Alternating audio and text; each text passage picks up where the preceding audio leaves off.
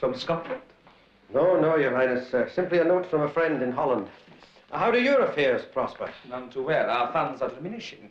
The Duke of Orleans has made it particularly clear that he would like us to find suitable occupation elsewhere. Where could you go? It's too soon to attempt another rising in the Highlands. There has never been any question of another rising. Surely the only hope your people have left is the possibility of your return to lead another rising. We will never go back to the Highlands, any of us. We would not stand a chance. The English have made the place into an armed fortress. My generals all lack the will. It is over, man. Accept it. Houses are being burned and people turned out, believing that you will be returning to avenge those wrongs. I cannot help that. You were born a royal prince. Circumstances have turned me into a soldier. So I must find employment as such wherever there are wars. In Spain or the Balkans, perhaps. The Jacobite cause wasn't a matter of mercenaries fighting for gold. Alas. It was the only true justice for Scotland. Alas, now there is no future. All that effort, all those bloody battles and skirmishes were all for nothing. I'm sorry for the suffering. No, but you're not prepared to give up the comforts you found here in France.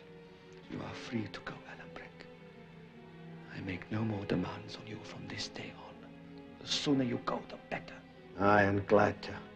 I've more loyalty and courage from a lowland lad by the name of David Balfour of Shaws than from the bearer of the once proud name of Stuart. I'm rather glad to have a word with you alone, because at our first meeting there was some misapprehension. Only on your side. Aye, well, I've given the matter of your dwelling here alone with my daughter some consideration. Have you? My daughter, I know, stands beyond doubt, and so I conclude to you, but the world is a censorious place. So, what is your point? The point, my dear David, is what is to happen to my daughter now. I have studied your character. You seem to have a moderate competence. Therefore, I am happy to announce that I have decided on the second of the two ways open to me. Forgive me for seeming dull, but what two ways are these? Either I can cut your throat, or you can marry my daughter. Plain speaking at last. Which is it to be? That is for Katrina to decide. I no more want a forced wife than she would want an unwilling husband. I will marry her, if, of her own choice, she chooses me. She will. I'll tell her to. No, sir, or I cry off. I will ask her myself and judge her reply. Damn you, man, you'll marry her! Her reputation's gone! Then it may have to come to the throat-cutting after all. What's this talk of throat-cutting? Rena, Mr. Balfour has something to say to you. Pass the next hour in the town. Katrina, since you seem to wish it, I was never going to trouble you again. But the fact that my inheritance makes me a rather better match. Is this my father's doing? He approves of my asking for your hand in marriage. He told you to ask me? He spoke first of it. Well, I refuse. And that's an end of that. You know how well I love you. Is it because I'm disgraced? Is that why you had to ask? That's the way your father thinks. It's all one to me. I prefer to be disgraced. My dear. I am not your dear. You know I feel pity for you. Pity? And you let that man, my father, twist that into a proposal. You poor coward. I would have fought him if it had come to it. And you would have lost David, as you've lost me. Katrina, we were happy enough alone together. What has changed? You've changed, David. You've let my father walk all over you. I've only ever tried to do my best for you. And here's my repayment. Well, you can tell your Highland father that not even he can force the wedding on me now. So it was to be a forced marriage? I was willing enough. I loved you, Katrina, but you have refused. You better leave. There are things I must say to my father, in private. I'll bid you goodbye. Goodbye.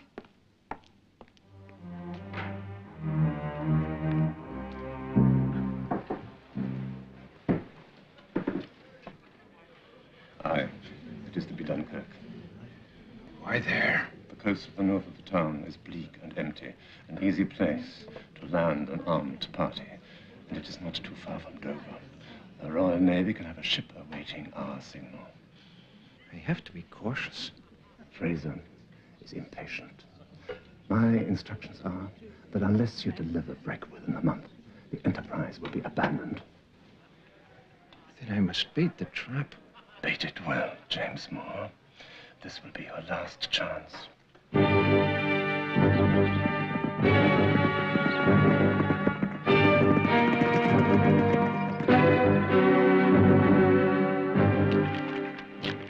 I had your note. Why are you leaving in such a hurry? Business in Dunkirk. I shall impose on you no longer. May I write to you, Katrina? I should like that. We shall be staying at the Auberge Bazin, north of the town. I'm meeting a gentleman there who has offered me employment. I'm delighted to hear that, though sad to see your daughter go. The gentleman was to have sent me 50 guineas for the journey. The money may arrive tomorrow, but that will be too late. If in the meantime you could see your way... Take what I have and I will send the rest to you when it arrives. But I doubt it ever will. I am deeply grateful to you, Mr. Balfour. It's cheap to be rid of you.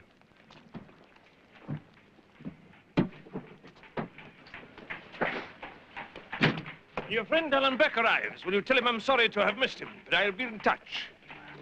Au revoir, Mr. Balfour.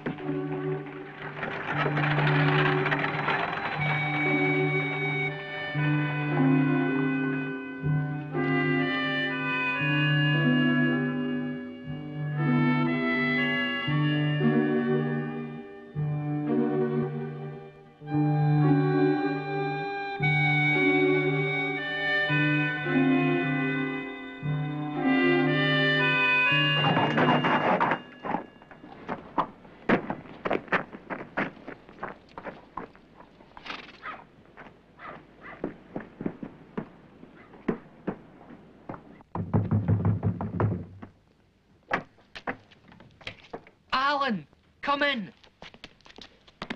I've plenty to tell you. And I you. How was life with the bonny prince? He has lost heart for the struggle. You're still a soldier? Aye, but I'm not for fighting new and unknown causes. What of you and Miss Drummond? Is she here? She was. We travelled from Scotland on the same ship. She was to meet her father, but he failed to appear. What an opportunity for a man of spirit. Her father soon arrived and took her away. I take it you still have a romantic notion for the girl. I offered to marry her, but she refused me. Refused you? Did you not tell her of your newfound wealth? All of it. Her father was keen for the marriage too, but she still refused. Oh, what a fool you are. But I love her. I will till I die. I'm sure you will. Where is she now? With her father in Dunkirk. He has some business there, he says. Alan, I'm sorely tempted to follow her, to go down on my knees and beg her to marry me. Oh, Davy, that's the last thing you should do. Get down on your knees to a woman and you'll be there for the rest of your life. No, no, no, no, no. Let Miss Drummond do the running. But suppose she does not? Oh, then there's nothing to be done. Women folk they have no kind of reason to them. Either they'll sell their coats for you or they'll never look twice. Then what shall I do? Oh, forget her. There's women enough in the world. I wish I could believe that.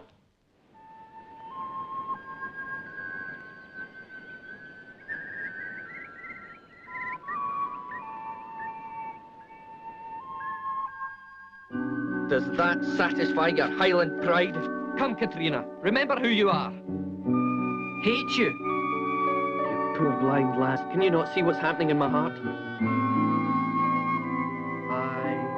brought this for you. Katrina, Father, seemed miles away. I was thinking of David. Glad you refused. Placed as I was, I'd no opportunity to do otherwise. Yet you still think of him. I had a letter from him this morning. He still loves me. Will you write back? There is no point. What can I say? Oh, Katrina. I'm a stubborn old man, I know that. I've also been a fool at times, I know that too. I should never have interfered in your life. But believe me, I thought it for the best. What are you saying, Father? Write to the boy. Tell him you love him, if that is so. I shall withdraw from the issue and let you two resolve the matter between yourselves. Oh, thank you, Father. Thank you. I shall write to him today. Leave the letter open. I have a message to add for his friend Alan, which will surprise him. Mr. Balfour. Yes? Letter, please, sir. This one's addressed to you. It's from James Moore. The rogue has suddenly decided he's an old and trusted friend. Did he tell you his business in Dunkirk? Begging, I imagine.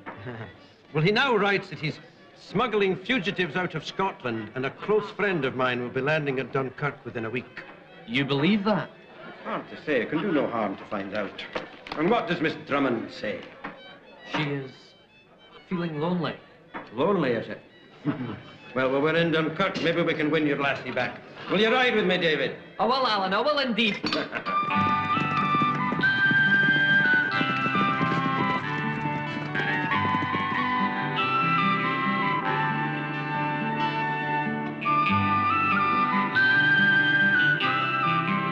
I'll no kiss a man that whistles on it.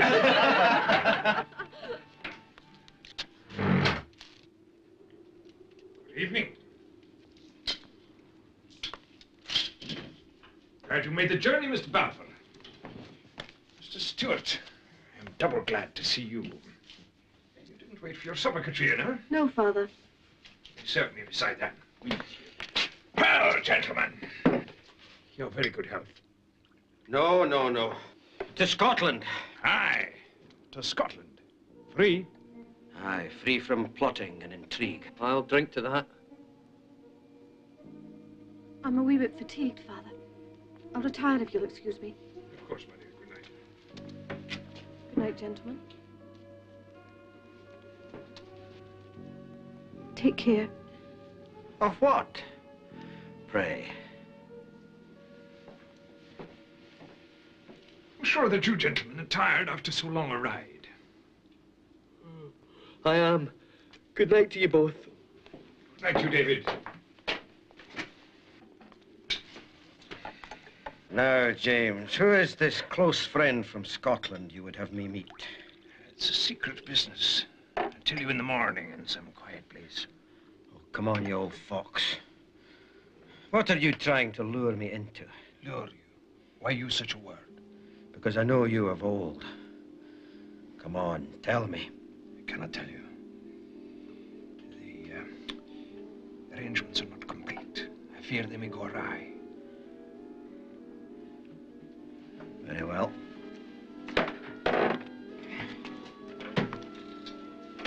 Good night to you, James. Thank you.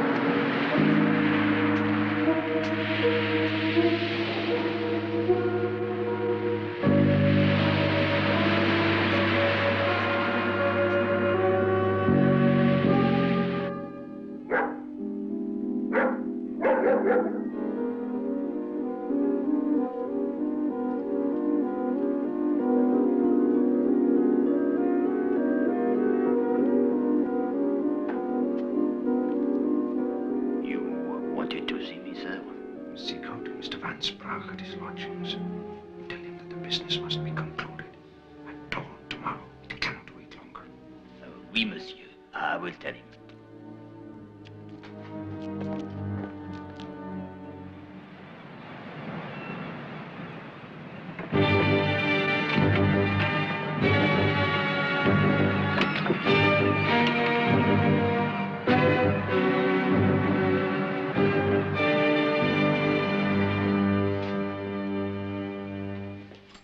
Good morning, Miss Drummond. Alan, you're up early. So are you. I have an errand for my father. Then he should have gone himself. Sit down a moment. I have to go, Alan. Sit down. I want a word with you.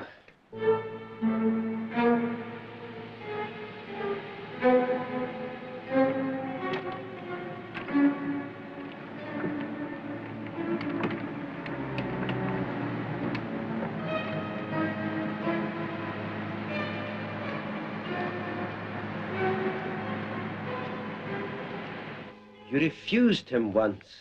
His pride wouldn't let him ask a second time. And mine would not persuade him to. But if he did, would you refuse him again? Alan, I must go. Thank you.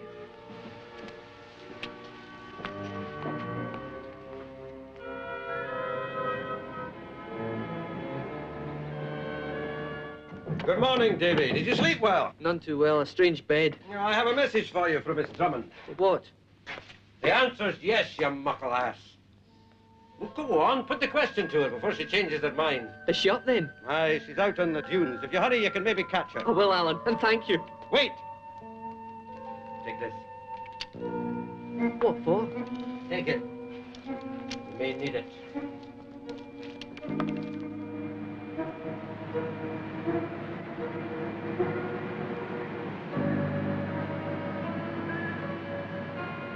Lieutenant, my father, James Moore, sent me with this message. Thank you, miss. We have our instructions.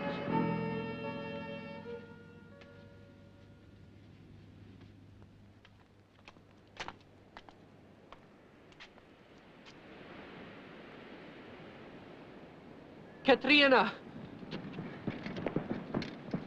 Katrina, I have to speak to you.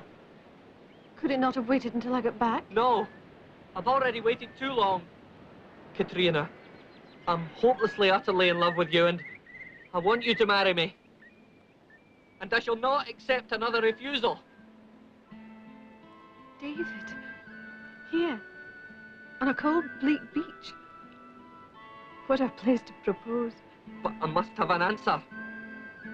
Do you love me? I do. And I will marry you. But of my own free will.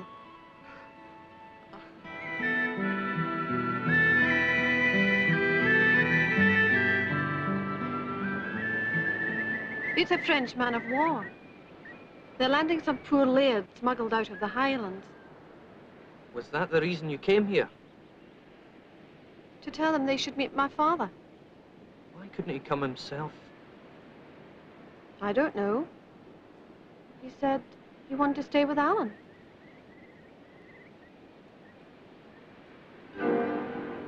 Katrina, that's no French man of war.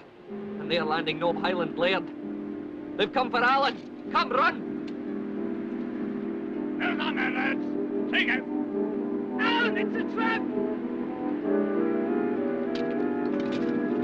Miss Drummond, get the horses.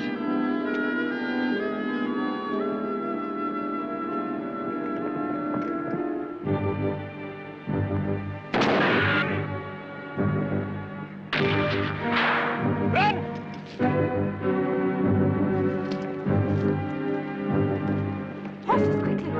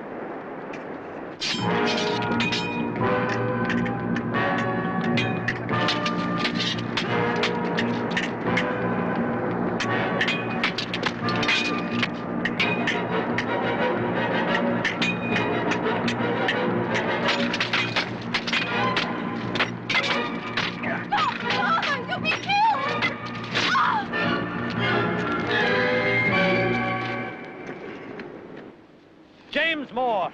Your daughter is to marry my friend Davy without further ado. And as for your plan to sell my carcass to the English, it must be suspended. And you can thank your lucky stars to get out of this business with your skin in one piece. I'm sorry, Father. I had no choice. No, you have made your choice. But what shall I do? Rejoice, man, that your daughter has found happiness in spite of your misdeeds.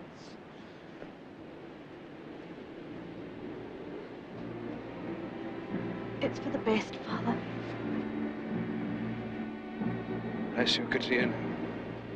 And you, James Moore.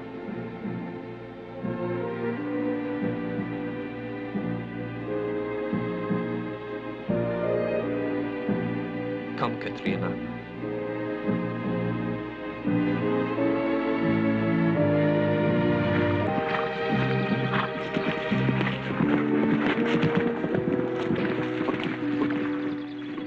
Our ways part here. Paris is ahead. I must to the south. We'll meet again, Alan. Possibly. And then again, possibly not. Miss Drummond, you're a true daughter of Appin. If ever I was to get married, it's the marrow of you I would be seeking as a mother to my sons. And I bear a king's name and speak the truth. David, go back to your fine estate in Scotland. Settle down by your fireside with bairns to bear your name. And you, Alan? I shall always lie a sword's length away from an easy life. It is for Scotland I've always fought. Now it seems I may never see the place again. But it's your country, David. Yours and Katrina's. I wish you well of it. And now, Mr. David Balfour of the Shores, we run.